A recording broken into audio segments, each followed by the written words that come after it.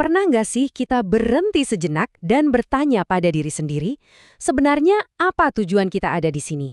Nah, hari ini kita akan coba jelajahi pertanyaan besar itu lewat sebuah konsep yang luar biasa, dalam dan bisa mengubah cara kita memandang hidup. Oke, kita langsung aja mulai dengan pertanyaan yang, wah, menusuk banget ini. Ini adalah jantung dari seluruh diskusi kita. Apa iya kita ada di dunia ini cuma kebetulan aja, tanpa ada arah yang jelas? Nah, sumber yang kita bedah hari ini menantang pemikiran itu habis-habisan. Jadi, premis utamanya tuh begini. Nggak ada yang namanya kebetulan di alam semesta. Dari galaksi yang paling jauh sampai partikel terkecil, semua punya fungsi.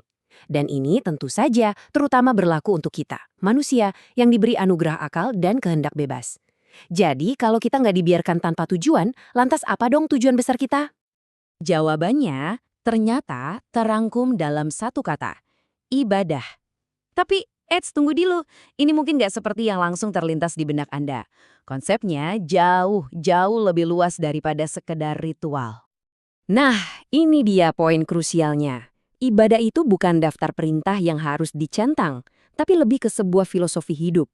Ini tentang gimana kita menjalani setiap detik dalam hidup kita dengan penuh kesadaran dan niat, sebagai cara kita bilang terima kasih atas anugerah kehidupan itu sendiri. Dan kalimat ini benar-benar keren banget sih. Ini menggambarkan kalau iman itu bukan sesuatu yang diam, yang pasif. Iman itu hidup, iman itu bernapas, dan iman itu baru nyata ketika diwujudkan lewat tindakan kita. Jadi ibadah itu semacam jembatan antara apa yang kita yakini di dalam hati dan apa yang kita lakukan di dunia nyata. Nah, yang bikin ini makin menarik adalah gimana praktek-praktek ibadah ini ternyata bukan cuma buat kebaikan diri sendiri, tapi juga dirancang untuk membangun masyarakat yang lebih kuat dan lebih baik. Yuk kita lihat beberapa contoh utamanya. Coba kita perhatikan deh betapa cerdasnya sistem ini dirancang. Sholat itu jadi benteng moral kita, zakat mendorong kita untuk peduli sama sesama dan melawan sifat serakah. Haji itu jadi pengingat visual yang kuat banget kalau kita semua ini setara di hadapan Tuhan. Dan puasa, itu melatih kita punya disiplin dan kesabaran. Masing-masing pilar ini nggak cuma menguntungkan individu, tapi juga mengokohkan fondasi sosial kita. Oke, sekarang kita masuk ke bagian yang akan memperluas cara pandang kita. Disinilah pemahaman kita tentang ibadah akan benar-benar terbuka lebar. Ini dia ide kuncinya. Kalau ibadah adalah iman yang kita praktekkan, itu artinya seluruh hidup kita bisa jadi panggung untuk beribadah. Setiap tindakan, setiap interaksi, punya potensi untuk jadi sebuah ibadah. Dan ini berlaku untuk hal-hal yang kelihatannya sepele. Bersikap baik dan penuh kasih sayang sama keluarga, itu ibadah. Bekerja keras dengan jujur buat menafkahi diri dan keluarga, itu ibadah. Jadi anggota masyarakat yang produktif dan berkontribusi, tentu, itu juga ibadah. Cara pandang ini mengubah hal-hal biasa jadi sesuatu yang punya makna luar biasa. Oke, jadi kalau semua tindakan ini bisa jadi ibadah, lantas apa tujuan akhirnya? Apa sih benang merah yang menyatukan itu semua?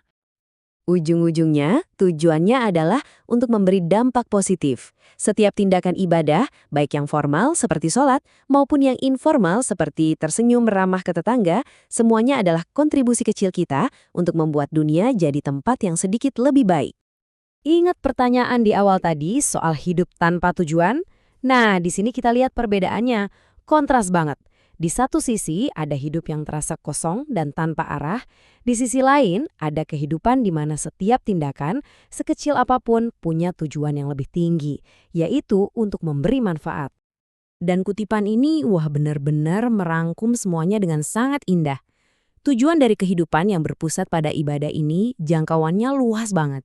Mulai dari keluarga kita, komunitas kita, negara kita, sampai akhirnya seluruh umat manusia. Visinya sangat besar dan inklusif. Nah, sebagai penutup, pertanyaannya kita kembalikan ke diri kita masing-masing. Setelah kita memahami perspektif ini, pertanyaan yang tersisa untuk kita renungkan adalah, kalau setiap tindakan bisa menjadi ibadah, seberapa sadar dan seberapa niat kita dalam menjalani hari-hari kita? Ini adalah sebuah pertanyaan yang sangat layak untuk kita pikirkan.